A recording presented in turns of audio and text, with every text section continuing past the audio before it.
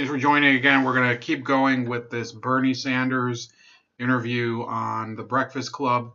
And basically, we've gone through a number of topics already, including health insurance. Well, I don't think we did health insurance, but we did a number of racial topics already. The crime bill, for example. So let's hear them talk a little bit about HBCUs and about the reparations issue. We got to invest in those things where we're invested in housing. A lot of people in the African American community not making a lot of money, spending 50% of their income in housing, childcare. We got to change that. And, from the smallest things, from car insurance is more expensive in the African American area. I know that. Daycare is more expensive a lot of times in the African American area. But a lot of times we can't get loans. Like, they will not give African American, black people, and minorities loans. And that's we met with some African.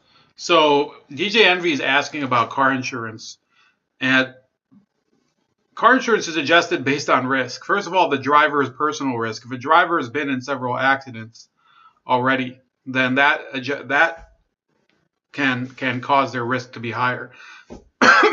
Now, in areas of the country where you see higher rates of accidents, of course it's going to be a higher rate of insurance. It also depends what type of vehicle you're getting. It also depends on the age of the vehicle. So all of these adjustments are made according to formulas. Now, if you want to call the mathematical formulas racist, you're going to have to expose some sort of formula within the system that looks at the policyholder's race and factors it into the price. And I think it's kind of strange. I've never heard this sort of argument about car insurance being skewed in order to hurt minorities, but I guess I'll have to look into it. American small business people in, I think, Las Vegas, Nevada, actually. And that's exactly what they were saying. And what about HBCUs? Absolutely. Very big for our community. It is. It is and very support big. is very big. It is very big. They, I don't know the numbers, but as you know, a significant number of African American teachers, academics, professionals come out of the HBCU system, and they do a great job, and they're underfunded. So when I talk about making as I recall, most of the HBCUs are public institutions. Some are not. But we are going to pay a lot of attention to them. Now, why does it seem like this? So before we get to the big question that they're always talking about, HBCUs are a topic that I've looked into in the past, and it's kind of stupid that people keep raising it. The HBCU system, I think people have to get a grip about it. There are a lot of HBCUs that for a long time had great academics and great culture, and they were able to produce a lot of important leaders within certain African American communities, and especially in terms of professionals, doctors, or whatever. Why were HBCUs so important and successful back in the day? Because of segregation. And once you remove the barrier of segregation, when you say that a black person can go to the University of Tennessee as opposed to, I guess, I think McNeese State might be an HBCU, I might be wrong, but if they can go to the larger system, the system that's more well-funded, the system that has more facilities, a lot of people are going to choose to go there. The elite people will choose to go there. It's a common gripe among people that HBCUs can no longer attract the best talent in the black community. It's actually something that Lawrence Otis Graham is his name. So he published a book where he was discussing kind of this issue with the black community, including HBCUs, including a number of these black societies, that they were essentially hurt very much by segregation because a lot of the top flight black talent went to university, Ivy League universities, major state universities. So the real plight of the HBCUs is because the market is more open. And because the market is more open, a lot of black people do choose to go to more mainstream institutions that are not directed towards blacks. By the way, it's not necessarily true that only black people go to HBCUs today. I think some colleges like West Virginia State actually have a high number of white students going there. This week you've been kind of dodging the reparations question. Senator Harris and Senator Warren have both kind of spoken out and said that they agree with some form of reparations. Well, what the question is, I'm not dodging the question. The question is, what do we mean by reparations? I mean, it seems to me a lot of people mean a lot of different things. To my mind, it means that we have to deal with the fact that there is enormous disparity between the black community and the white community, and that issue has got to be addressed. And I've indicated to you some of the ways that I think it should be addressed. Well, I think they mean some type of economic empowerment to the African descendants of slaves. But what does that mean, economic empowerment? I just talked about the fact that I would do my best to change the banking system to make sure that we end racism, that we pay attention to distressed communities, that people get the loans they need to make the investments they need. What about straight cash payouts? No. How much you want, You agree Charlatan? with that? Why don't you agree with that? Well, first of all, you mean just a check to every African American? Yes. Well, then there's a check to every Native American who were nearly wiped out when the settlers first came here. I think the way we go forward is to build America together. There are distressed communities, white communities, there are distressed Latino communities. Right now, what you have is a government owned and controlled by big money interests who worries about Wall Street and the drug companies. We're going to change that. And we're going to pay attention to the needs of working families and low-income families in this country in a way that you have never seen. But this government has also systemically oppressed us in a way that they haven't oppressed other communities, through slavery, through segregation, now mass incarceration. And I think it should be something done specifically for African Americans. Well, and all of those issues, all right, we are going to deal with mass incarceration. And we're going to invest, I think at the end of the day, if we end the discrimination that exists in financial services, in healthcare, in education, if we guarantee health care to all people, if we, and we're working on a particular program, make sure that every person in this country has a job, because there's enough work to be done dealing with climate change, dealing with our crumbling infrastructure, I would suggest to you that not only the African American community, but every community will be a hell of a lot better off than they are today. Do you think Democrats really believe in reparations for African Americans, or is it just a good talking point for this campaign? I don't want to. So this is really what they're getting at, is that they have a difference in philosophy, and they should just accept it. Okay, Bernie Sanders, some people were telling me, well, he dodged the question during his interview. He dodged the question. He wouldn't answer. No, he did answer directly. And I'm not going, I hate Bernie Sanders, but I'm not going to hold him accountable for something he didn't do.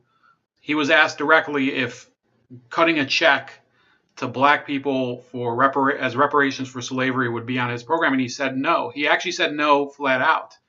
So Charlemagne the God, he has this he has the same philosophy as the ADOS people, that they say that there is a debt that must be repaid to the descendants of American slaves. And Bernie Sanders doesn't think so. And for people to claim that Bernie Sanders dodged the question is wrong. Now, a lot of ADOS people have said, if you don't support reparations, direct reparations, they're not going to give the vote to a candidate. I say fine. If they don't want to vote for a person based on one issue that they find most important, I don't find that to be a problem. I don't know if you're going to find too many candidates that will be supporting reparations, but I think there already are two. And if you want to go support them, you have every right to. Fine. I think it's perfectly okay for people to prioritize one issue over another. I personally don't make it a point to vote for somebody based on one single issue. Okay, after the marijuana thing, which I didn't really find very revelatory of anything, they got to the issue of Donald Trump. Here we go. It always happens, that some people are going to flake off. But I did my best to say we got to do everything we can not to elect this guy, Donald Trump. And, getting back to Trump for a moment, I'm thinking back that even before he was president and he was the leader of the anti-birther movement, you remember that? Mm-hmm. Yeah. I mean, just think about this. So he's calling it the anti-birther movement, so he doesn't know what he's talking about, first of all. And no, I'll let him use his explain his own words, and then we'll go into this. Think about trying to, not only is that racist, what trying to do is delegitimize. That's a big deal. To say, oh, Barack Obama, he's not a real president. Constitutionally, he wasn't born in America. Can you imagine that? And now he's turning his divisiveness against the Latino community, against immigrants. And, you know, the theme of this campaign is to do exactly the opposite of what Trump has tried to do. He has tried to divide us up by the color of our skin, where we were born, our religion. Our job is to bring our people together around an agenda that works for all of us. Given everything. Okay, so what he was doing there was a lot of nonsense, okay? Because he just had finished deflecting the question of why it is that Hillary Clinton didn't get elected because you know, in the minds of some people, is because not enough Bernie Sanders supporters voted for Hillary Clinton. And he pivoted from that to saying, well, you also have to remember that Donald Trump is very racist because of the birther thing, and he divides people or whatever. Bernie, you were talking about race this entire interview. This entire interview is about race. Everything Charlatan is talking about has to do with race. Everything on his show has to do with race. You're on a show with a person who's an out-and-out racist and says things all the time that are flagrantly racist, and let's bring some of them up. All right, here, for example, is a clip from what he, chat he had with Vlad TV a few years ago that my roommate showed me. Well, Waka Flocka recently said that white girls are popping right now. Yeah, I'm with him on that. You agree? Go to my Instagram. Go to my Instagram and ask me, do I agree? I love my sisters. First of all, let's be clear. I don't have a particular choice when it comes to women race-wise. I don't care if you're black, white, yellow. I like pink pussy. That's number one. But I do love my Nubian white queens. I love a white woman. It ain't nothing like hitting a white woman from the back and watching your black dick go into that pink pussy and that white flesh. It ain't nothing like it. Ain't nothing like slapping a white girl's ass and leaving red marks on that shit. It's just nothing like it. I like white girls too. I don't like white hip hop girls. I don't like white girls that know the album cuts off a fucking Killer Mike album. I like white girls that listen to Katy Perry and Carly Rae Jepsen and Icona Pop and Imagine Dragons. I like white girls that listen to Z100. I like white girls. Okay? That's what I like. I like lily white girls. I like pure white girls that smell like heaven and lemon pledge.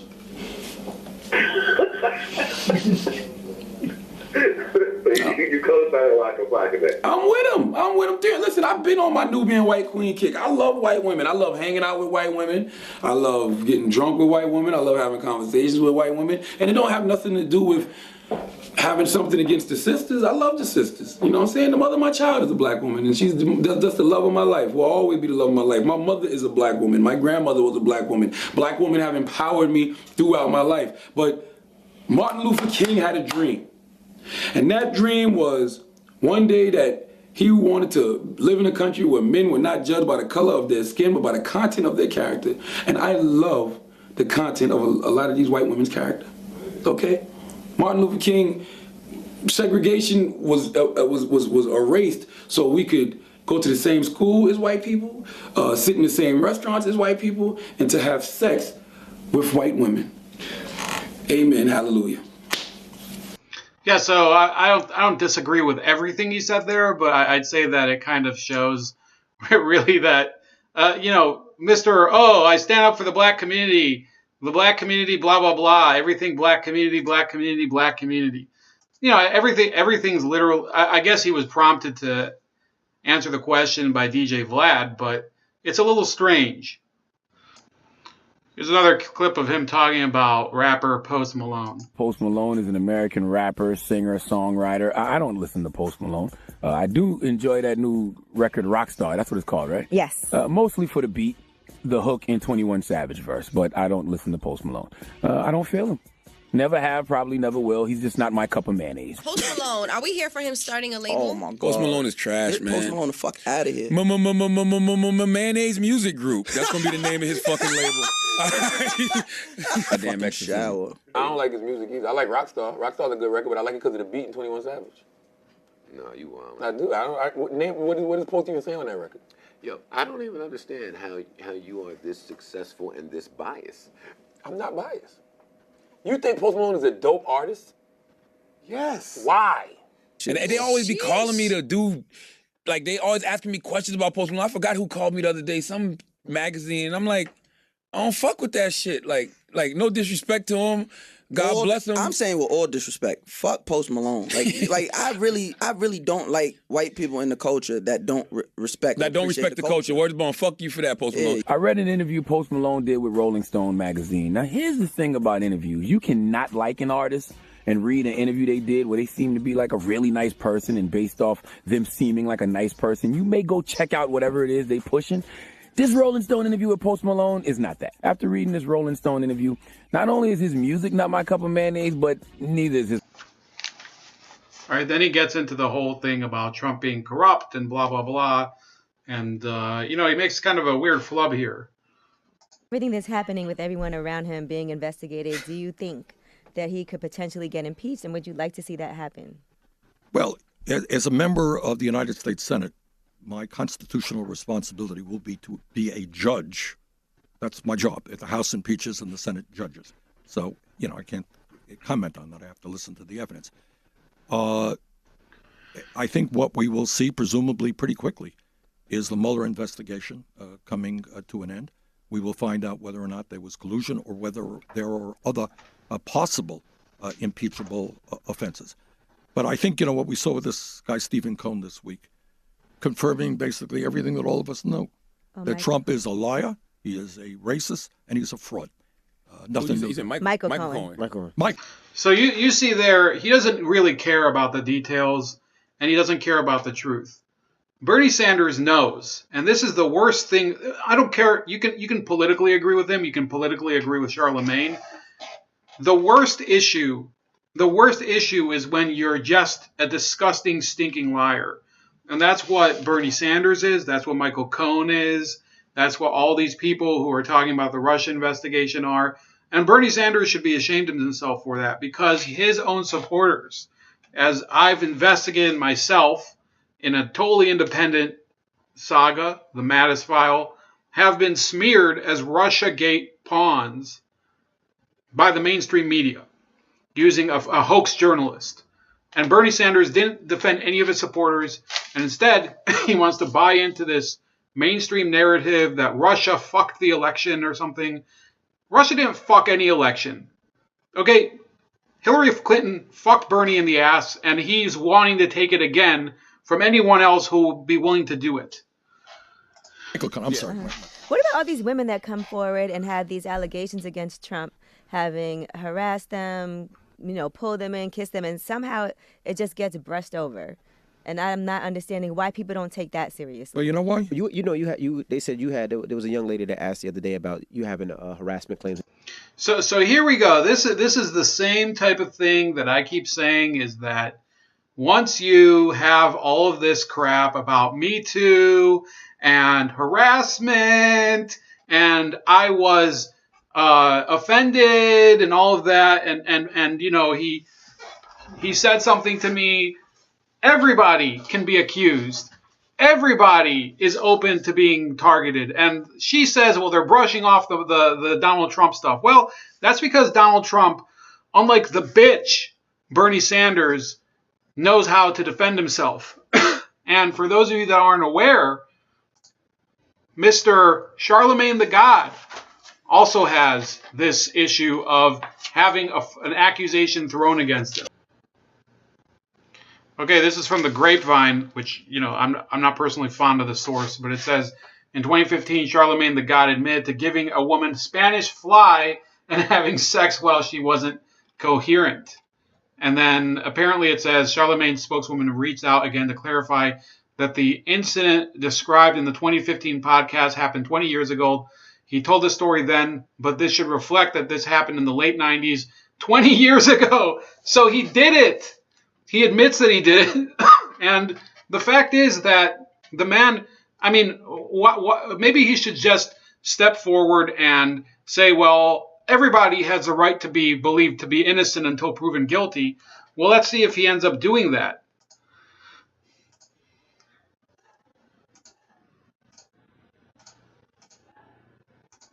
in your campaign as well, and you said that you were upset about that. Yeah. So it's kind of the same thing. Well, no, it's not about me. It's about Okay, so the first things first. The people that were chosen to talk about this were Angela Yee and DJ Envy, the two idiots that back up Charlemagne, who is the top idiot, the idiot in chief.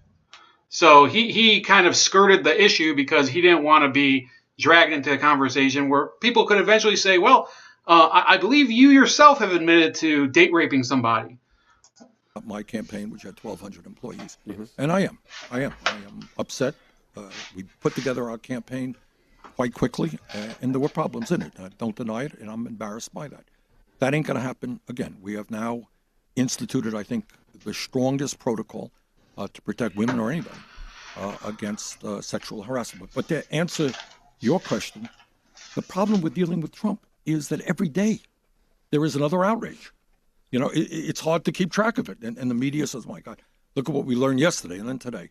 So I think that's kind of part of the problem. Don't you think the Democrats focus too much on being anti-Trump, which they should, but instead of actually telling the American people what they plan to do to make the country better? Yes. Because I don't think you can win on just the anti-Trump. I'm not just going to vote for you just because you're the anti-Trump. You're absolutely right.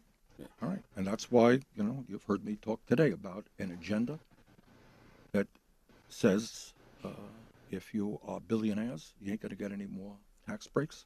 We're going to demand that you start paying your fair share of tax. Healthcare is a right. That's right, Charlemagne. Pay your fair share of taxes, you rich bitch. That's basically, that's the thing that he keeps ignoring throughout the interview. That he himself is a rich piece of crap. And then he had the gall to ask, well, I want more money because of reparations. I want more money because of reparations, even though a radio station has given you basically piles of gold in order to talk crap about hip-hop artists. And these black candidates, some people feel like the best thing for you to do would be to move out of the way. What do you think? Well, obviously I don't. Look, I understand that. Mm-hmm. I understand that. But again, I think that that what we need to do is beat Trump, and I think I am perhaps the strongest candidate to do that. And I would ask people to take a look at what I stand for. Okay? And I think if you look at my life history, it's not only involved in civil rights. So this is I don't know if Charlemagne would say, well, I'm just asking the tough questions, but the question itself is kind of ridiculous. He's saying basically, well, you are a white guy, you're a white man. Why do you think that you shouldn't just step aside and let somebody more diverse come on? And it's the same type of thing. What Charlemagne is he's a race tester. Okay, he tests people based on their racial qualifications. Okay, this is the same thing he did to Kamala Harris, who I'm by no means a fan of, by asking her why she married a white guy. I mean, it's just bizarre and frankly, I mean, if you were to see somebody ask, for example, a white guy, I don't know, let's say. I don't know who's married. Robert De Niro. Why were you married to a black woman for all these years? They would call him that. You would call that person a racist. You would call that person basically bigoted. But Charlemagne the God gets a pass because. And by the way, I mean, remember, he was just talking about earlier about how he wants to leave red marks on a white girl's ass and whatever. That's the type of talk that. And then he has the stones to ask Kamala Harris why she married a white dude. It's taken on the drug. It's taking on Wall Street. And I would hope people will look at my record and who I am. Well, let's talk about that, because Van Jones said that he feels like black people are going to be what determines the next president. So when we talk about like your record with black people, what examples can you point at to show black? I have a message. I don't think black people are going to determine the next election. Okay, people say that in order to get people to go vote. And the reality is that every person determines the election, or nobody determines the election. You can't just say, well, this community is key. Okay? Now, the way that we determine that is the Electoral College, which is one thing that these people are trying to get rid of because they won't accept the results of the last election. So now they're bitching about this one already. black people. This is what I have done specifically for issues that deal with y'all. Good question. Yes. Okay. I don't talk about this very often, but when I was a student in college, I was a member of a group that no longer, I think, exists, Congress on Racial Equality, CORE. Ring a bell? Yeah. Well, it was one of the prominent civil rights groups in the early. So if Charlemagne is not, trolling or something, if he doesn't know what CORE is, he's an idiot.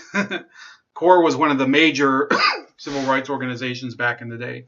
That I think it was Roy Innis ended up being the chair of it. I don't remember who was the founder of it, but the fact that he doesn't know what it is, and then he's asking Bernie Sanders, what did you do for black people?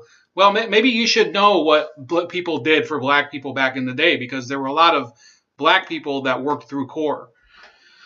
60s, and we took on segregated housing owned by the University of Chicago. We held the first sit-in demonstration ever held in the North.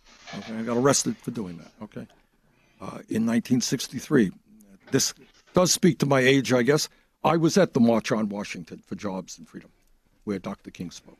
Okay, so I think I have a long history in civil rights activism. In 1988, I was one of the few white public officials who supported Jesse Jackson for President of the United States, and he ended up winning Vermont. I think if you look at my... So he's throwing out all this crap like that. He supported Jesse Jackson, who, by the way, is one of the most corrupt so-called community leaders in America, a guy who basically uses his organization in order to shake down public... usually it's corporations. He shakes them down and gets his buddies jobs there. And then he claims, well, I'm helping diversify Black America. Meanwhile, if you read the book... I think it's called Shakedown by Ken Timmerman. There have been groups of black farmers that have asked his help, and he says, well, you're going to have to pay me, I don't know, $30,000 in order to come down here and campaign for you. Record in terms of civil rights and other areas, you will find that it is consistently a very, very strong record. Any legislation we can point to? Well, legislation that benefits African Americans, yeah, we passed, but not specifically. We passed legislation that benefits working people. Sure. If you had to pick a... So there he calls him out, basically. And this is, again, given the question from the previous video that I made, this is on the backdrop of him claiming, well, I had to vote for the Clinton crime bill because of the gun crime in America, because I wanted the assault weapons ban.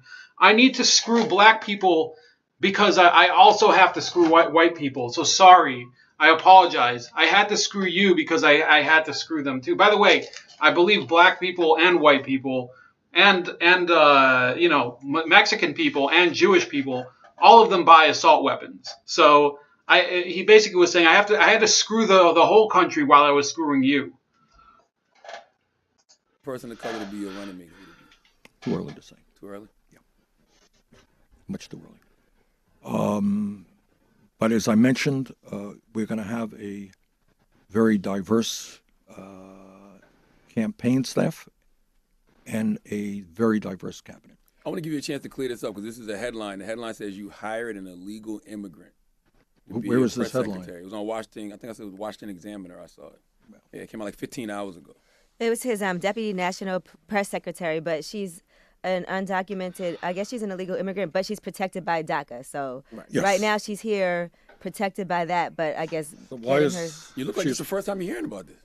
Well, look, stick with me. Every day, every minute, there's going to be something else coming out.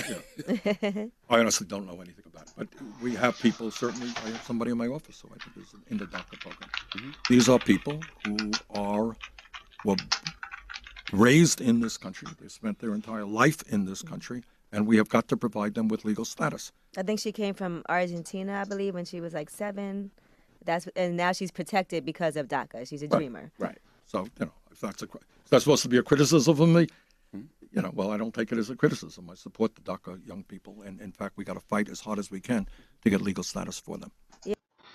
Okay, so let's talk a little bit about illegal immigration and the black community. Concluded that a properly regulated system of legal immigration is in the national interest of the United States. The Commission recommends significant redefinition of priorities and reallocation of admission numbers to fulfill more effectively the objectives of our immigration system. Now, to be specific, the immigration recommends a tripartite immigration policy that permits the entry of nuclear family members, professional and skilled workers, and refugees.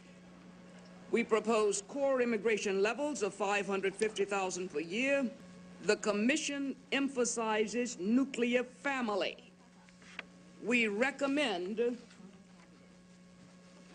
as a priority the closest family members, spouses and minor children of citizens, of legal immigrants, and parents of citizens are admitted as expeditiously as possible.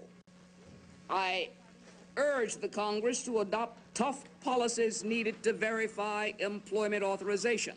What the Commission is concerned about are the unskilled workers in our society, in an age in which unskilled workers have far too few opportunities open to them.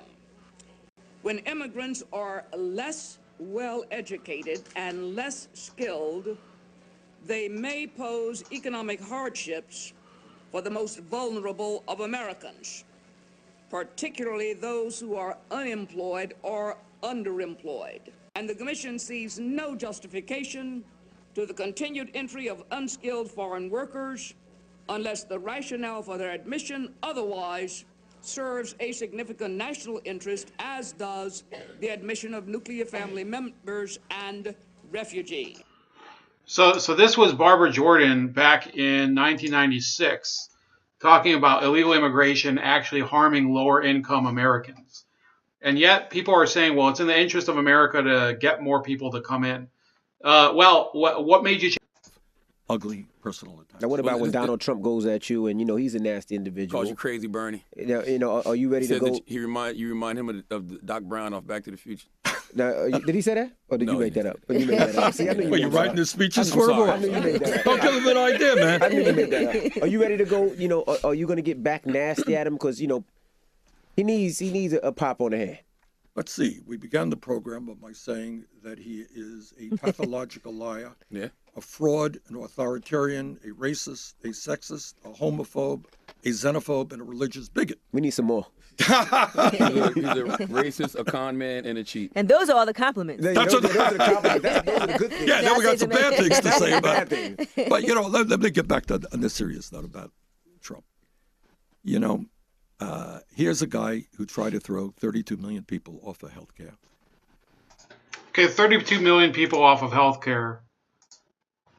Where does he get that statistic? The fact of the matter is that, yes, healthcare rates have increased, but we're not seeing, it says the U.S. adult uninsured rate stood at 13.7% in the fourth quarter of 2018. According to Americans' reports of their own health insurance coverage, its highest level since the first quarter of 2014, while still below the 18% high point recorded before implementation of the Affordable Care Act's individual health insurance mandate in 2014. Today's level is the highest in more than 4 years and well above the low point of 10.9% reached in 2016. The 2.8 percentage point increase since that low represents a net increase of about 7 million adults without health insurance. Now, why would some of those people not be on health insurance anymore? The fact of the matter is a lot of people bought health insurance under Obamacare because they were required to by law, or else they would pay a penalty. Okay, what Bernie wants to say is that you're going to kick 32 million people off their health insurance. That's not true. People can still buy health insurance under Obamacare. The fact of the matter is that if Obamacare would have been ended and some other reforms would have been implemented, such as eliminating state line boundaries for insurance plans, I believe the majority of people would have found a different plan or been able to offload their plan onto a different plan that was amenable to their pre-existing condition. But instead, Bernie wants to maintain this fiction that because of Obamacare, so many people's lives were saved, and et cetera. I get some people were probably helped by Obamacare. It was far outweighed by the economic damage and by the waste that was pumped into the health insurance industry. And Bernie Sanders himself, when he had a chance to debate Ted Cruz about keeping Obamacare or repealing it, preferred not to debate Obamacare, but to talk about Medicare for all. So he himself knows that the current policy actually doesn't help people. He just doesn't have the guts to admit that it doesn't have any benefit for the population as a whole. There's a guy whose budget called for massive cuts in Medicaid, Medicare, Social Security. But you know what the ugliest thing about this guy is about? This is the ugliest thing. So before we get to this, which is the dumbest line he says, among many dumb lines, Medicare, Medicaid, and Social Security are some of the reasons that healthcare is so high in the United States. The people who pay private health insurance also pay for Medicaid, Medicare, and Social Security. So by default, all those programs are being paid for by the people who don't have them. I don't get Medicaid, okay, but I still pay for it. That's something Bernie will never admit. So that's why health insurance costs are so high, because Medicaid does not fully reimburse doctors and providers for the services that they provide. So how do they make it up? They do it by overcharging people with private health insurance. I don't even have private health insurance. And it's because of programs like Medicare and Medicaid that it's so unaffordable for the people who are on private health insurance. It's not the other way around. This is really unprecedented in my lifetime. His toupee. His tan skin, I don't know.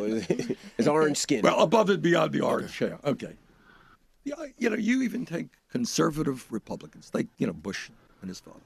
Right? These guys did not spend their lives trying to divide the American people. They were not progressives by any means. But that you go around, what most presidents understand, we have one country, right? Bring people together. You got to have disagreements on healthcare, the economy, the environment, climate change, fine. But you don't go out of your way trying to split this country up. That's disgusting. And that is what he is doing. Well, Bernie got to go, guys. Yeah, this is my final question, because I want him to... Okay, so we're not going to include that stupid joke they have at the end about Robert Kraft. Bottom line is that Bernie Sanders came to the Breakfast Club, and like everybody else that comes to the Breakfast Club, their stupid questions about reparations, about Me Too, about racial inequality, about car insurance, about HBCUs, stuff. People who have no ideas are asking a person with horrible ideas how to solve their problems. And these are the rich people of America. These three people. I guarantee you they make more money than most of us. And they're saying, well, we advocate on behalf of lower income Americans. Don't advocate on behalf of them. Why don't you just donate more money to them? Why don't you start a foundation? Why don't you go out and volunteer for them? You don't, and neither would Bernie. This is the essence of progressive America. This is why, in reality, we do need a change of mindset and to do away with politicians like this and to stop taking advice from commentators like Charlatan. So please like, share, subscribe. Subscribe to me on SoundCloud. Also subscribe to me on Minds and Gab and all the other social media that's in the comment section. I'll talk to you later.